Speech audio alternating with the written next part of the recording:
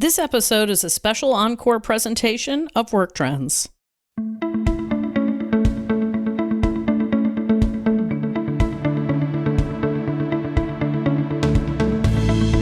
Welcome to the Work Trends podcast from Talent Culture. I'm your host, Megan Mbiro. Every week, I interview interesting people who are reimagining work. And be sure to check out our Work Trends Twitter chat events calendar located at talentculture.com on the podcast page.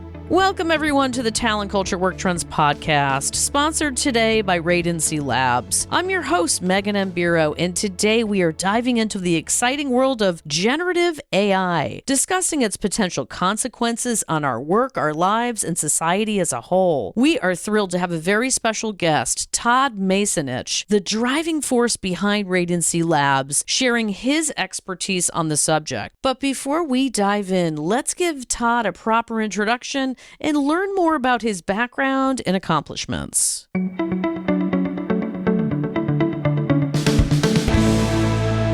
Todd is the SVP of Radency Labs, a global insights team leveraging first and third-party data and research to study the trends likely to have the most material impact on the future of talent acquisition. Todd has been with Radency for 17 years and was named a game changer by Workforce Magazine in 2014. So I am so happy you are here with me today, Todd. Welcome. Yeah, thanks for having me. I appreciate the opportunity. Of course. And where are you today, by the way? I'm in my home office in the suburbs of Chicago. Nice. Well, listen, let's get on with it because I know we've got lots to talk about today. The pace of innovation around AI has been unprecedented in 2023. Why do you think this is? We're going to have to go all the way back to December, I guess November 30th to be precise, of last year. And that's when ChatGPT was released to the public. It became the fastest application to reach 100 million users, doing so in only 2 months. You know, ChatGPT wasn't the first conversational user experience that demonstrated the ability to reason, but it was by far the most popular. And within weeks, we saw it being built into popular products like Bing Search. It was successful in passing the bar exam, the SAT, Wharton MBA exams, being used in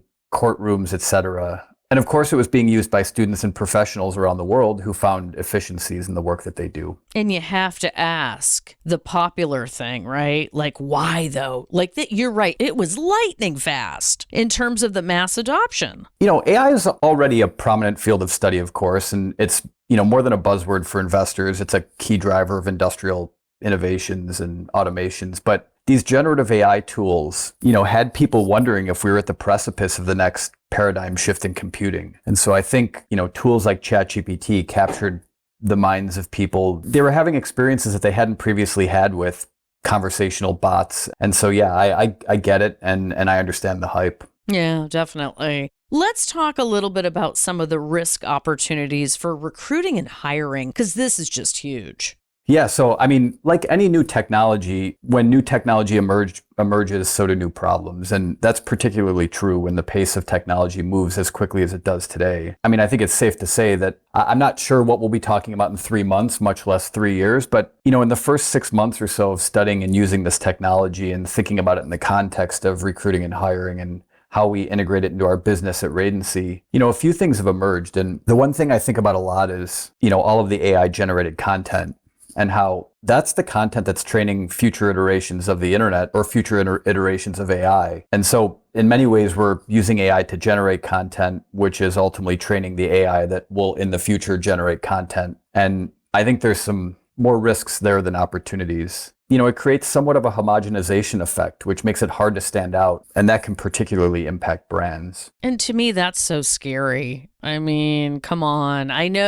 We know that things will get automated, but I just feel like we're taking it too far already. I think it's a wonderful technology, don't get me wrong, but I agree. The risk isn't just recruiting and hiring, obviously. It's going to mushroom. It's everything. My observation is that there's a lot of energy, maybe not equal energy, but there's a lot of energy around making sure that there are some guardrails in place. And, I think most companies are looking at the policies they need to put in place and think about, how do they protect their brand and their brand voice when, AI is helping generate content. And so I guess the good news is at least we're thinking about it, and at least, companies like ours are integrating it safely into the process as opposed to being, a little bit fast and loose. I want to break something down with you just a little bit more. I mean, what happens when technology makes candidates indistinguishable from each other by obscuring certain characteristics or attributes of people? I mean, talk to us a little bit more about that. Yeah, this is fascinating. In fact, yesterday, Google had their I/O conference, their annual I/O conference, and no surprise, the topic du jour was AI. And one of the things they announced is called Help Me Write. It'll be integrated into Gmail. And the example they gave was a person receiving an email from an airline offering them a credit, like an airline credit, in return or in response to a canceled flight. And this person used this Help Me Write tool, this generative AI tool, to respond to the airline asking for a full cash refund. And, it's not difficult to write an email back and saying, no, I'd prefer a cash refund instead of airline credit. But there is probably a little bit of science to how you ask for it, the words that you use. I imagine some emails get an immediate response and others don't. And so it made sense to me. But actually, I think it was last week that LinkedIn announced something a little similar. They're rolling out AI-powered writing suggestions, which includes a tool that will auto-write an introduction email to a hiring manager using your profile, the job description for the job that you're expressing interest in, and even the hiring manager's profile. And I'm torn here because, as a hiring manager, does receiving these messages make my job easier or harder?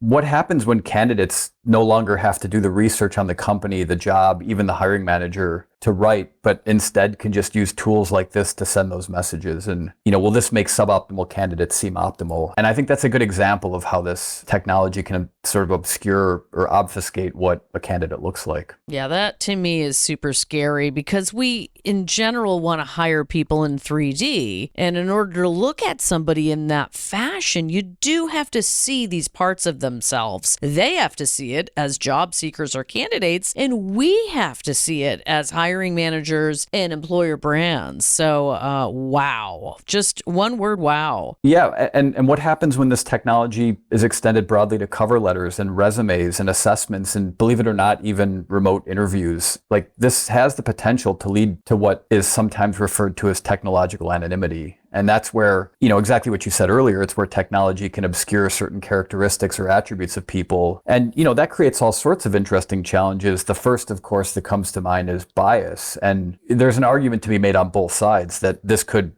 accelerate debiasing, or it could do the opposite, which is perpetuate inherent biases or unconscious biases. But I think the biggest issue here, the biggest concern here is that, it's plausible that hiring decisions may start to favor culture fit over other factors. And hiring for culture fit can not only slow progress towards DEI initiatives, but also directly impacts the business through a culture of innovation stagnation, or, what sometimes people refer to as groupthink. Sure. I mean, I think it's a balance. I still think from my perspective, we're still working on culture fit, frankly. But yeah, skills. Let's talk about skills. What happens when the skill level required to perform a particular job is basically reduced by tech? There was this study, I think it was the World Economic Forum in 2020, took a pretty extensive look at skills. And they said at that time that by 2025, 50% of all employees would need reskilling. I think it was that same report where they suggested that only 0.5% of global GDP was focused on adult lifelong learning. And probably safe to say that it starts with making sure that investments in future-ready education as well as adult life learning programs will deliver outsized returns in the form of productivity, wage growth, and ultimately GDP growth for global GDP growth. But these deep learning tools like ChatGPT, they're reigniting conversations about skills, and not just about the new skills that will be needed, but also the skills we may no longer need. And that's where the term de-skilling comes in, which is, it's not new, of course. You can go back to the assembly line to find examples of de-skilling, but when skilled labor is replaced by technology, you have de-skilling, this issue of de-skilling, and good examples emerging already. For instance, software engineers who were proficient or maybe more proficient in a particular language, they may soon lose that advantage because of the capabilities of generative AI. And the consequences of this, as you know, can be, fairly significant. Like when the skill level necessary to do a job is reduced by technology, labor costs go down, which can have benefits for businesses and consumers, in the form of lower prices, and it can stimulate productivity and job growth and, even be a catalyst for entrepreneurship, but it can also widen income inequality gaps. Yeah, I mean, part of me is like, what else? If we're going to cover all this, how will generative AI impact the authenticity of a brand if GAI is really just offering recycled point of views? Yeah, we sort of started by talking a little bit about this. It's not just brands that will suffer this homogenization effect. It's effectively all content is under threat. And I saw some academic research recently that suggested that within a few years, as much as 90% of all the content on the internet will be synthetic. And I would probably take the under there, but I get what they're saying, which is maybe the internet that we know today is not the internet that we'll have in a few years. And maybe the vast majority of the content on the internet across channels will be synthetic. But this can really impact employer brands. And generative AI is frankly being heralded for its ability to be creative. There are examples of these tools inventing languages, and people that have played with tools like Midjourney or Adobe's AI tools have seen not just written creativity, but visual creativity. And it's exciting. But, when this content that's generated by AI is published to the internet and then ultimately back into the corpus of data that's training future large language models like the one that ChatGPT uses, what can happen is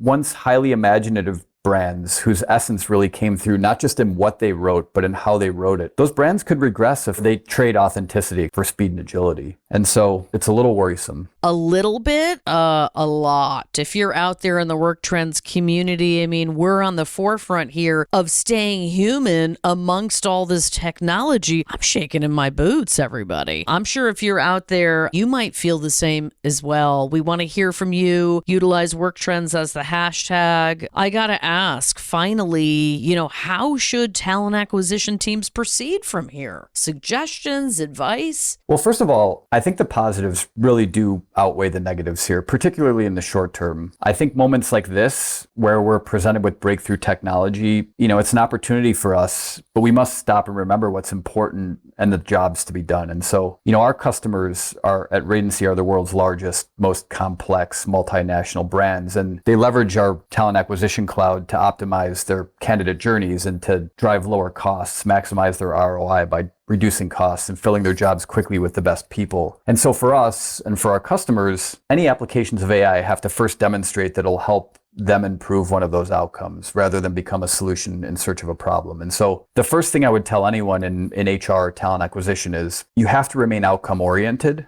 before you start thinking about the potential applications of generative AI. And I think the most immediate impact to recruiting and hiring will be in the form of that technological anonymity. And I think ultimately better screening and selection tools, or maybe entirely new ways of doing that, will be needed to truly separate all the candidates, will be largely indistinguishable from each other. But I think the other thing that companies can do now is think about the channels and invest in the channels that historically have delivered higher quality candidates. I think a lot, of course, about your own employees. Mobility programs are key. Help these people inside your company who might be feeling a little bit of stagnation because maybe they're looking at their skill set and realizing that some of these skills won't be as necessary in the future. Give them opportunities to move within the company. But also, channels like employer referrals where there's inherently some trust built into that candidate relationship, that can help you overcome these, what I would consider immediate challenges. Well, and I love the fact, Todd, that we're ending on a really important note. It's about retention, everybody. So let's utilize this moment to make that even better, right? For sure. Yeah. I mean, keep your people, but also think about the tools you're using to welcome new people to your company. Well, I tell you, you have given us so much to think about today. So appreciate you. And thanks so much for stopping by. Thanks for having me. I appreciate it.